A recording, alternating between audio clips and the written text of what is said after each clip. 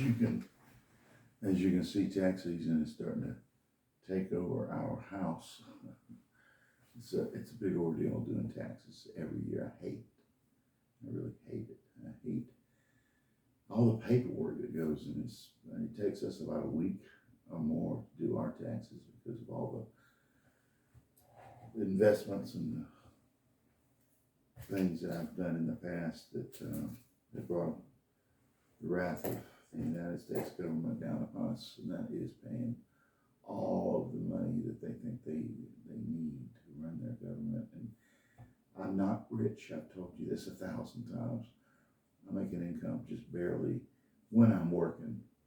I make an income, maybe get into the lower six figures, but nothing like what they're talking about taxes, 400, $500,000 or more. Those people don't pay any taxes, not like I do. I'm low-hanging fruit. I'm the guy out there working hard right now. I'm not making anything, and they still coming after me, trying to figure out, well, where do you have hide your money? Where's the gold? I don't know what the government wants. Do they want me living on the street with the homeless people in San Francisco? Is that what it takes to get the IRS off your back? I don't know. I do know what I read in the book. I would say the book if I say so, but no, I'm not going to kid about it. In the Holy Scriptures, this kind of shit is talked about, okay? Not just in the Avangada, but also the Holy Bible itself, the Christian version of God. And I've got my own recipe about what I believe. I mean, it's a little mixture of this, that. Almost a bit of an eclectic. But I do believe in walking in the footsteps of that great one who asked us to do unto others as we would have them do. Ask us to do unto others as we would have them do unto us. I mean, that's golden rule. It just makes sense. But the latest book that I read was a great. I see it's gone by Huxley, A Brave New World. Oh wow, what an eye opener! I read that book years ago and I've forgotten about it, but I came across it recently. My wife teaches gifted children, and somebody brought that book into a child's library. I mean, some of her students, as young as 5 years old, might be operating at a college level. She's an extremely gifted woman, clairvoyant, as I mentioned in the past. She's got a gift. I don't have that gift. I guess the only gift I got is being a big bullshit. But I can sell, and I don't think I'm gonna have a problem selling anything. I can basically sell anything to anybody if I really put my mind to it. But let's get back to the book of Huxley's book, A Brave New World. This is I don't know the history about whether it was banned or not in the United States, but it advocates free love. Same things the hippies, conjured up after or during but Vietnam War. Country Joe, you remember he came back and was wearing his uniform up there at Woodstock.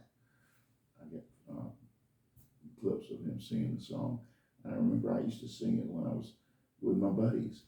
It's called 1, 2, 3. What are we fighting for? Don't ask me, I don't give a damn. The next stop is Vietnam. And it's 5, 6, 7. Open up the pearly gates. Ain't no time to wonder why. Whoopee, we're all gonna die. Okay, so you've heard that song. It's part of the hippie movement back in the 60s. And those were my years. Kind of like Forrest Gump. Had a little exposure in the Army, doing the 42 alpha pencil pushing. And my friends were being shipped back. The hippies that had their heads shaved and got drafted were coming back in pine boxes. I feel guilty about that. And there's a lot more to that story than I'm telling you. But that's it in a nutshell. I'm not in the Army anymore. I'm doing volunteer work indirectly for the Army as well as the Air Force, the Navy, the Marines. Anybody that's been in military, Naval, Marines, Air Force, or Army,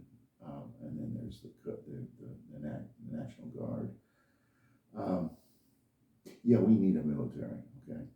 We got to have a military to stand up to the nations that want to overtake us and completely absolve any vestige that we have left of what we call freedom.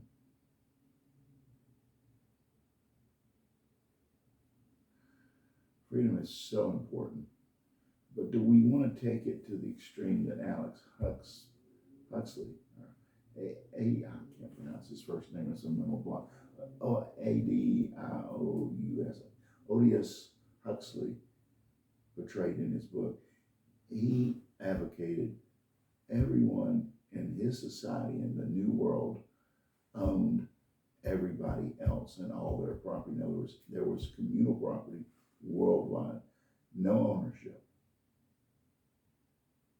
You can't own anything. You can't even have a wife. Everything is shared. The community takes care of its own worldwide.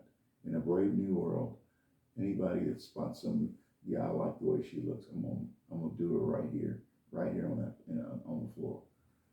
That's the brave new world. It's like an animalistic, where there are no rules. It's ruled by total, I guess, if you look at the brain, you got the consciousness here.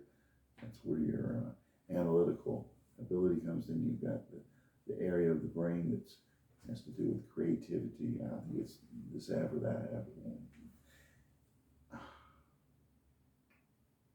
We're all different, but we're all the same. In the book, we're all the same.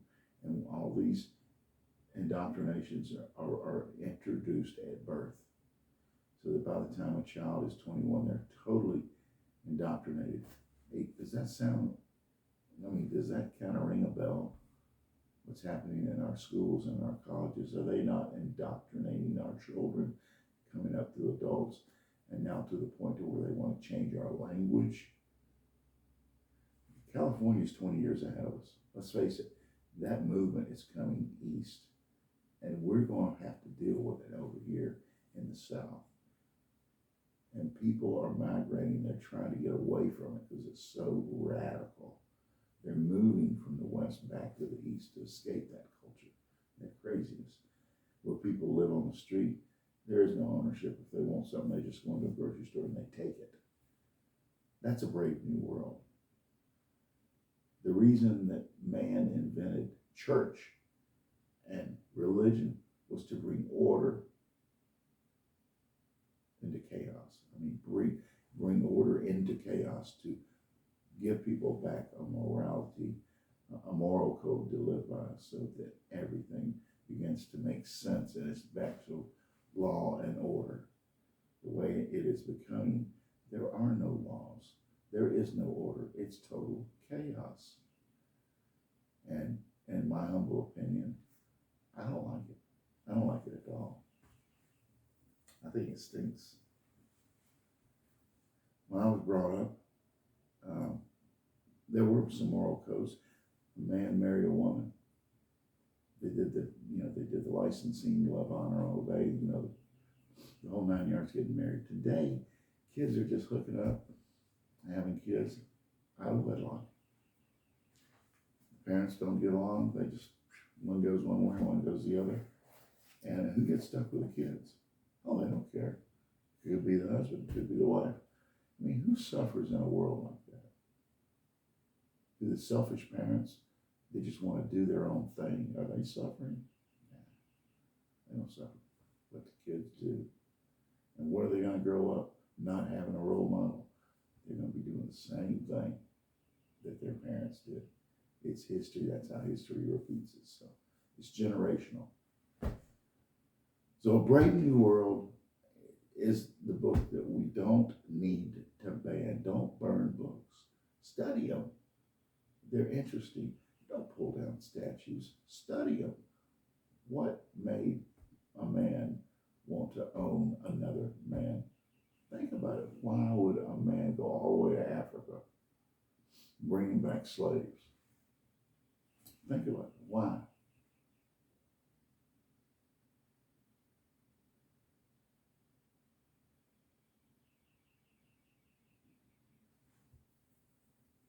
Remember what that means?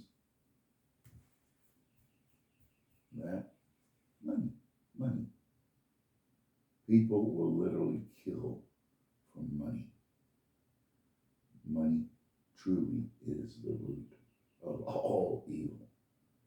And the love of money and the worship of the man with all the money is the ultimate sin. Holy lie. The man with all the power at the top who pays no taxes, has no rules, no laws, and then the eye beneath him. That's a Masonic symbol. It's on the dollar. Check it out, Jack. I mean, it's on a pyramid. And what were pyramids?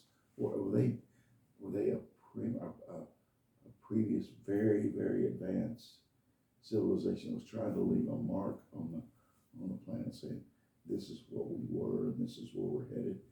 You know, Tesla had some great ideas about distributing electrical energy worldwide, and you know who squashed it?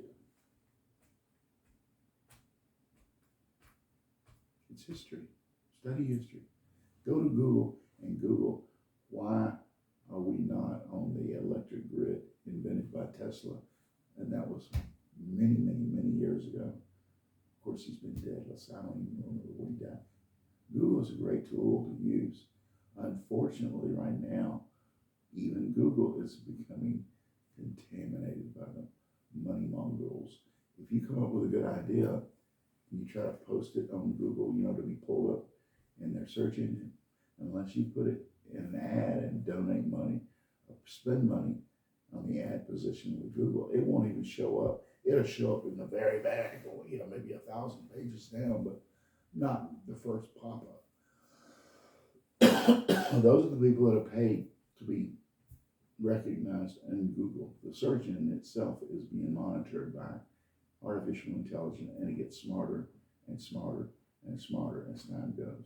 And now I've seen all these different programs popping up, from Replica and on and on and on. Lots of different AI programs popping up. The most advanced ones, in my opinion, are written in code called Rust.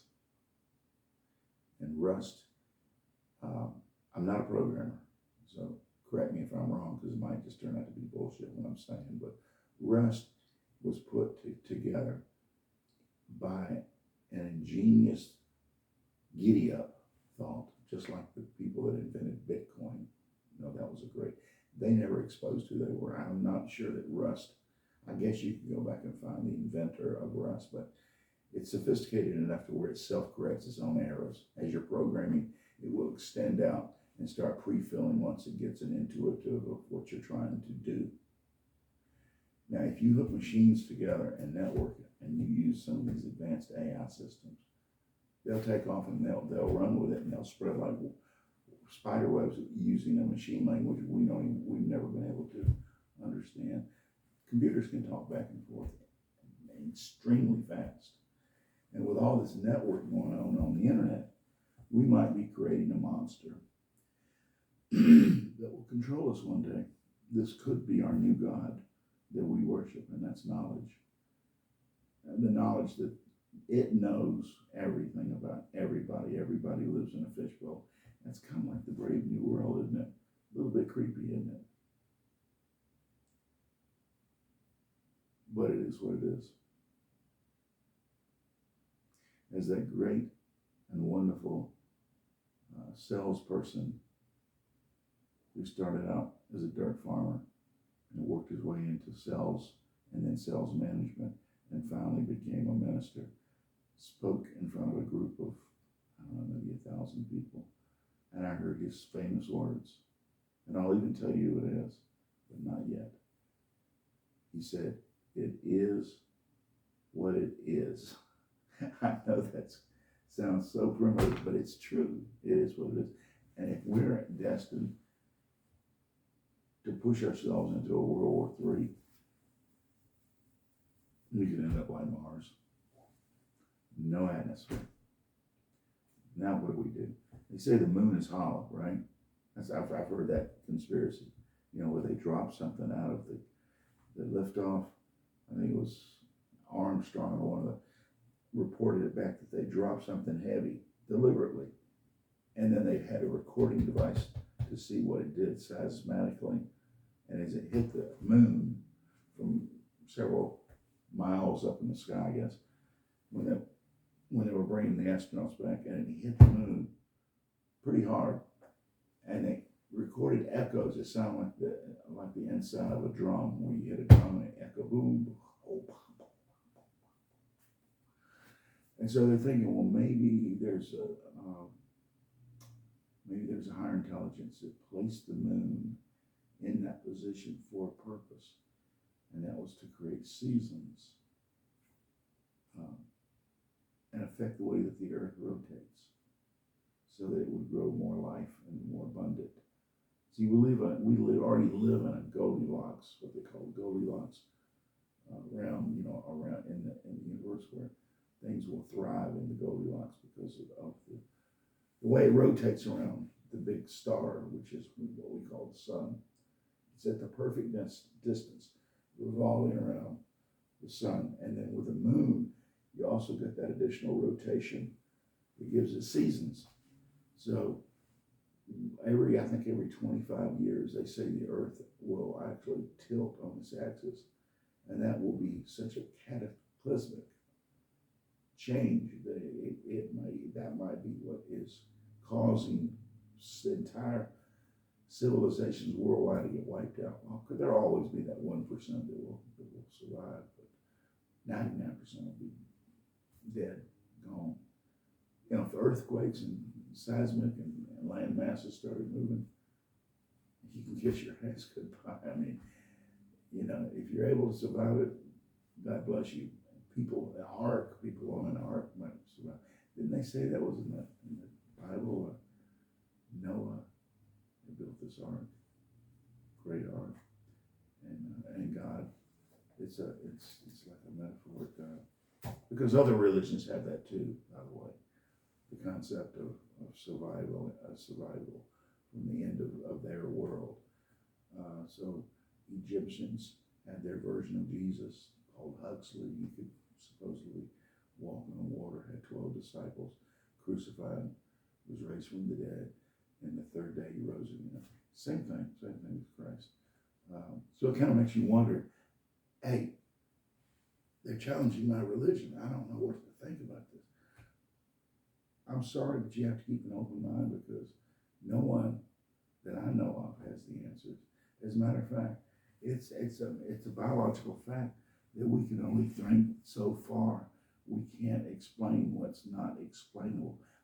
I've always said that the whole idea behind religion is to create order out of chaos and explain away the unexplainable. It's really mankind's pathetic attempt to explain away the unexplainable. If you walk in your yard, you're cutting your grass, and you hit an anthill, and it obliterates, scatters them everywhere. What's the difference in that and an alien attack from outer space, let's say, and they just wipe everything out in their path? I mean, the ants, they don't know what's going on. To them, you're God. Okay, I've said enough. It's pragmatism. If Shingles doesn't care, why should I? It's that kind of thing. All right, I'm going to end this talk and end it with a little prayer. Lord, help us. In Christ's name, amen. Thank you for